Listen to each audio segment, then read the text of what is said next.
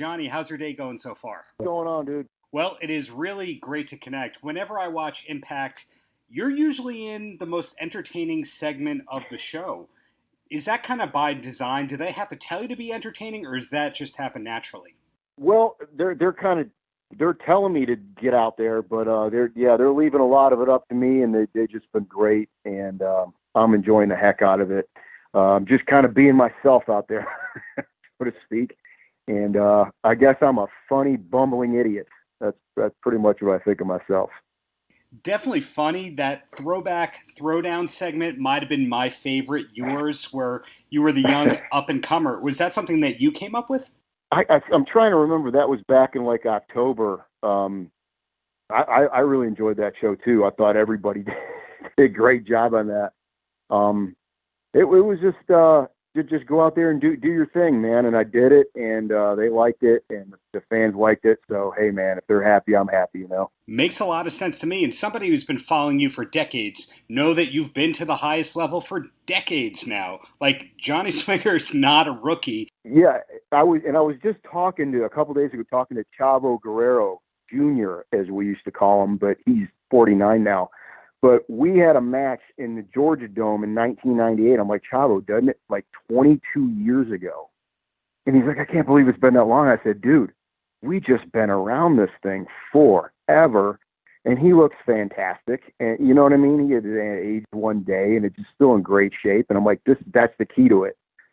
Keeping yourself in shape, keeping your body strong. And you can keep going out there and entertaining people and taking the punishment on the back of your head if you got some good muscle back there. You know, I think that's the secret. That's the longevity, is taking care of yourself. Well, you actually led to where I was going to. That Georgia Dome show, of course, changed the wrestling business forever, and you were a part of that. So you've kind of been through every iteration of it changing in the last 25 to 30 years. Yet it feels like now you're kind of at top of your game creatively and in ring. Almost like Rodney Dangerfield didn't really make it until he was in his 50s. Does that realization ever hit you that you're like a later in life star and that's awesome and this is where you were meant to be?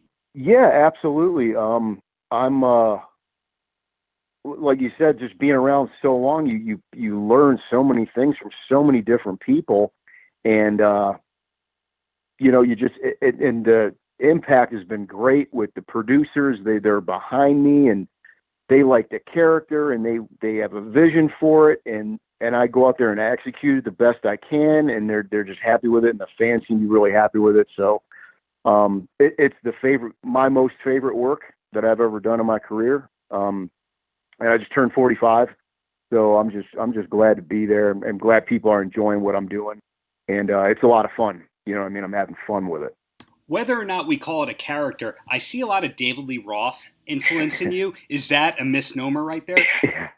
There's a little Dave in there. I was a huge Van Halen fan. All of the 80s bands are all, and they're still my favorite.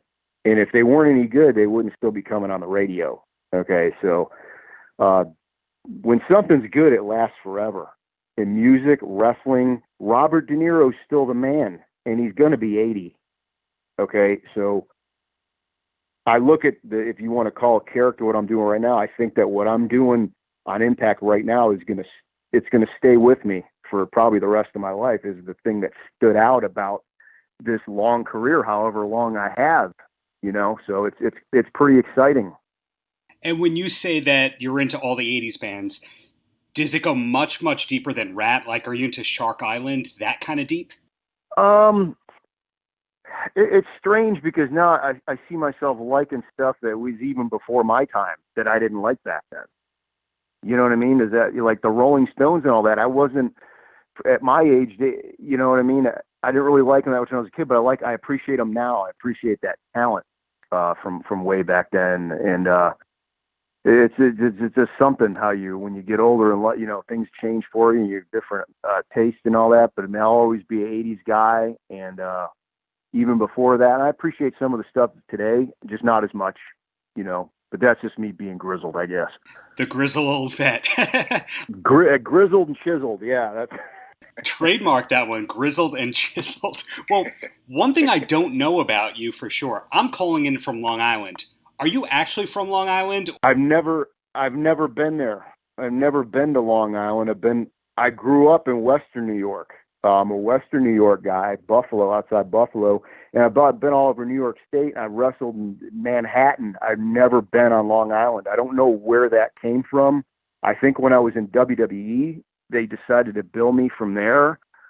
But no, I'm a Buffalo guy. Me and Total Package, Lex Luger, and Mark Merrow, Adrian Adonis. There's so many great wrestlers. I don't want to put myself on that list with those guys, but to be, to come out of the area where so many great talents came out of, it was a hotbed of wrestling, really.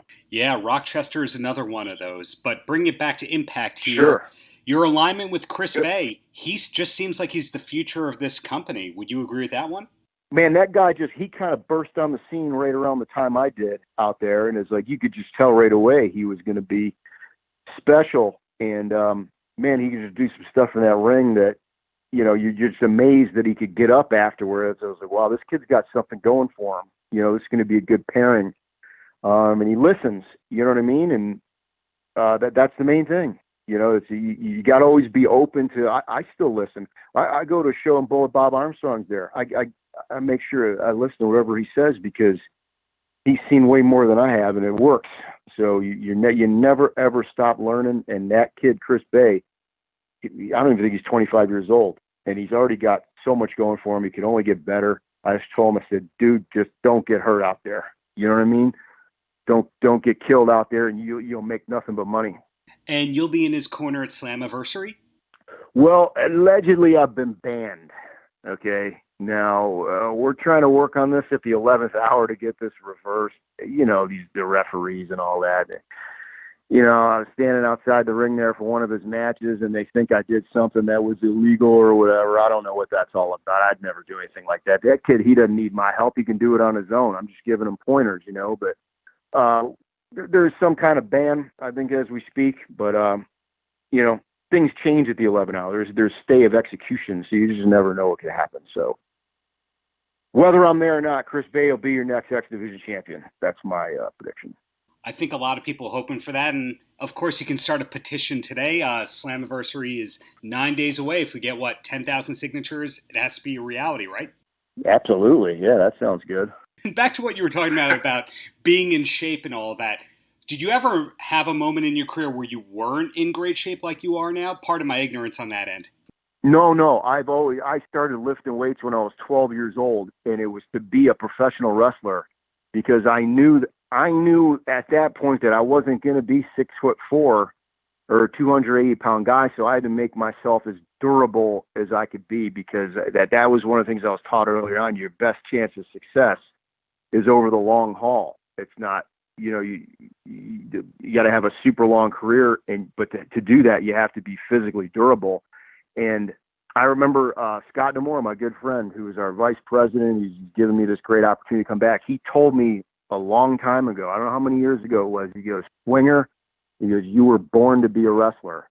And I thought about that for a while, and then I was like, you know what, it's not that I wanted it. I really was born with wide shoulders, a big, thick neck, big, thick upper back, designed to take the abuse of being a wrestler for a long period of time. And I believe that. I believe that I was given this gift of the way my body is built to withstand, the punishment of all these years and to keep going. And as we talk now, I don't have any kind of injuries that I'm like, I got to work around my neck or, my shoulder's real bad. You get little things from over the years, but overall, my body's held up great. And I've always trained it hard. I don't ever take a break from the gym.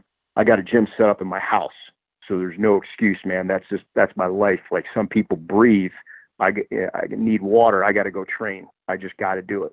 So you're the one veteran wrestler who hasn't used DDP Yoga to heal themselves. Well, that's a good story, too. When he first started promoting that, he challenged me to do it in Lex Luger's old Main Event Fitness. I mean, he pulled me off of a piece of cardio. He's like, Swinger, come try this. I'm all right, Paige. I got my weights in, so whatever. So he starts checking I do a little bit when he starts checking my pulse, and he's like, what's wrong with you? I'm like, what do you mean? He's like, how come your pulse should be going up? I'm like, well, I don't know what to tell you. Because what are you, some kind of freak or something? I'm like, Paige, did this stuff just did. It doesn't work for me. And he got mad about it. He actually got mad at me. I said, I think what you're doing is great. And I think a lot of guys that have severe injuries, I think that can help bring them back. But that's not me. The way I train my body, I developed over 35 years. It works for me. Okay. And he wasn't too happy about that. I said, hey man, he's making a ton of money with it. Everybody knows who he is for it. And it's helped so many people. It's not a one size fits all though. Not everybody takes the same medicine. What works for me might not work for 10 other guys, So you just got to find what works for you. And I found that, and I can replicate it in my garage. And I don't even need people around. I don't need expensive equipment. I just know I can feel what works for me, and I just keep doing it that way.